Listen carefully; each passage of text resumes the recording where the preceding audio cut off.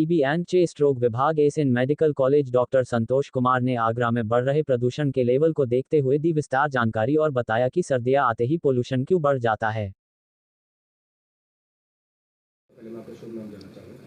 मैं डॉक्टर संतोष कुमार हूँ, विभागाध्यक्ष टीबी एंड चेस्ट रोग विभाग एसियन मेडिकल कॉलेज आगरा, जहाँ पे आप अभी मेरे चैम्बर में बैठे हुए हैं। जी डॉक्टर साहब, मेरा पहला सवाल ये है कि आजकल देखने को मिल रहा है प्रदूषण बहुत स्तर पर आगरा में फैला हुआ है। सुबह उठते में सांस लेने में परेशानी हो रही है, आंखों में जलन मच रही है। जी इसके बारे में आपसे मैं जानकारी लेना चाहूँगा, ऐसा क्यों? जी बिल्कुल सही कहा आपने। दशहरा के बाद अक्सर देखने को मिलता है कि नमी जैसे ही बढ़ती है तो इन्वायरमेंट में पॉल्यूशन बढ़ जाता है।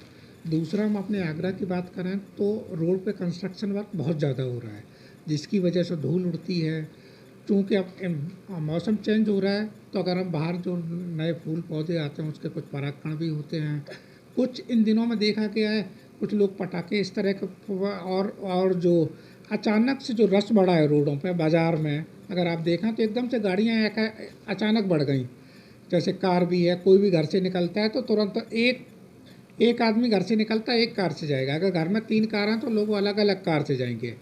तो उसकी वजह से भी डीजल वाला जो एमिशन है उससे भी बहुत ज़्यादा पॉल्यूशन इन दिनों बढ़ रहा है।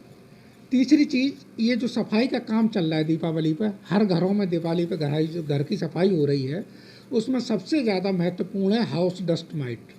उसमें काकरोच और वो सब अवयव होते हैं। हाउस डस्ट माइट के अलावा घर में जो जो जो चादर होती है, घर में जो कारपेट बिछे होते हैं, सोफे होते हैं, उसमें बहुत ज़्यादा जो है पॉल्यूटेंट होते हैं, जो कि एक एलर्जिक पॉल्यूशन होता है।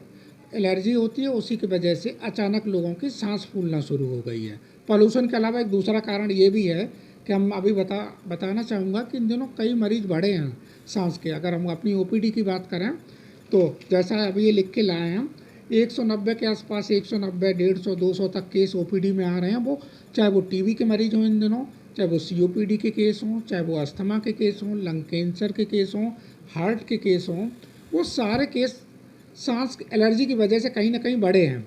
और एनवायरनमेंट पॉल्यूशन हर तरह के मरीजों में, चाहे फेफड़े के हर तरह के मरीजों को, हृदय के मरीजों को कहीं ना कहीं नुकसान पहुंचा रहा है। मतलब आपका कहने का मतलब है कहीं ना कहीं प्रदूषण का कनेक्शन है? बिल्कुल बिल्कुल है। तो पॉल्यूशन का एक कारण है कि लोगों की सांस उखड़ रही है और लोग अचानक हॉस्पिटल पहुंच रहे हैं। क्या किस तरह से इसकी सुरक्षा ले जी सकते हैं? बिल्कुल, हमें यही करना है कि देखो, पटाखे सबको, दिवाली है, सबको खुशी का माहौल है, सबको चलाने चाहिए, चलाते हैं और चलाने भी चाहिए, लेकिन सावधानी ज़रूर बरतें। खुशी का त्यौहार है, खुशियाँ मनाएं, लेकिन ट्रिपल लेयर मास्क के बगैर ग्रीन पटाखे चलाएं। जो हैवी पटाखे होते हैं, जो गंधक वाले हैं, पोटास वाले हैं, वो चीज़ें ना चलाएं। उससे अचानक सांस का दौरा पड़ सकता है, सांस का अटैक पड़ सकता है, कार्डियक प्रॉब्लम्स हो सकती हैं। अभी हम ऑलरेडी उस पॉल्यूशन से गुजर रहे हैं। उसमें PM10 के अलावा PM2.5 और बहुत ज़्यादा जो ओजोन के अलावा भी इस समय जो बहुत चीज़ देखने को मिल रही है, कुछ केस अभी हॉस्पिटल्स में देखे गए हैं, वो फाइन पार्टिकल्स हैं, अल्फ़ा फाइन पार्टिकल्स हैं, जो 0.1 माइक्रोग्राम से भी छोटे होते हैं। वो बिल्कुल सांस की जो, जहाँ पे गैस एक्सचेंज होती है फेफड़े में, वहाँ तक जाते हैं और विलाई को रप्चर कर सकते हैं। ठीक है ना, ये बहुत ही भयंकर चीज़ होती है। तो हमें कहीं ना कहीं अपने आप को बदलना होगा, लोगों को कार की बजाय। जी आप कुछ कहना चाह रहे हैं? जैसे कि डायबिटीज पेशेंट्स हैं, कुछ थायराइड पेशेंट हैं, क्या उन लोगों के लिए ये प्रदूषण? बिल्कुल बिल्कुल, पॉल्यूशन देखिए, एलर्जिक डिसऑर्डर में सबको सांस की नली, एलर्जिक राइनाइटिस हो सकती है, सबकी सांस की नलियों में सूजन आ सकती है।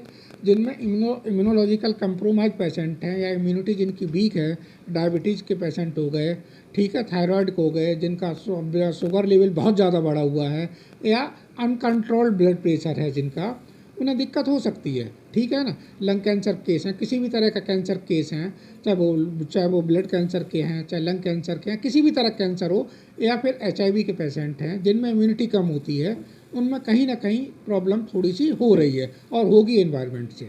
हमें बचाव यही करना है कि घर से कम निकलना है, जब ज़रूरत पड़े तभी निकलें, बगैर मास्क के ना निकलें, अच्छी से दिवाली मनाएं।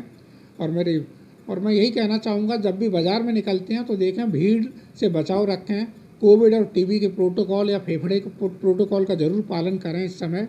क्योंकि अगर हम इस त्यौहार को किसी भी तरह से कोविड और टीबी और सारे इन्फेक्शन से बचा ले गए तो एक हमारी बहुत बड़ी जंग जीत जाएंगे और हम लोग बहुत बड़ी ऊपर वाली लेवल पे होंगे, जिससे कि हम कह सकेंगे हाँ अब हमने कोरोना की जंग जीत ली है। अभी हम कोरोना की भी जंग जीत नहीं पाए हैं। चांसेज हैं, त्योहारी सीजन है, जैसा सरकार ने भी कहा है कि इन सब चीज़ों से बचना है तो कोविड प्रोटोकॉल का पालन हम सभी को करना चाहिए। त्यौहार मनाएं, लेकिन ट्रिपल लेयर मास्क पहनकर अच्छी तरह से मनाएं। और जो अस्थमा या सीओपीडी के रोगी हैं या जो एलर्जिक के रोगी हैं, वो घर में अगर छौंक लग रहा है, पूड़ियाँ बन रही हैं, तो उस समय घर के एग्जॉस्ट फैन लगा लें और वो घर से ऐसे कमरे में पीछे चले जाएं जहां पर उसका असर ना पड़े, जिससे इस तरह के एनवायरनमेंट से वो बच सकें।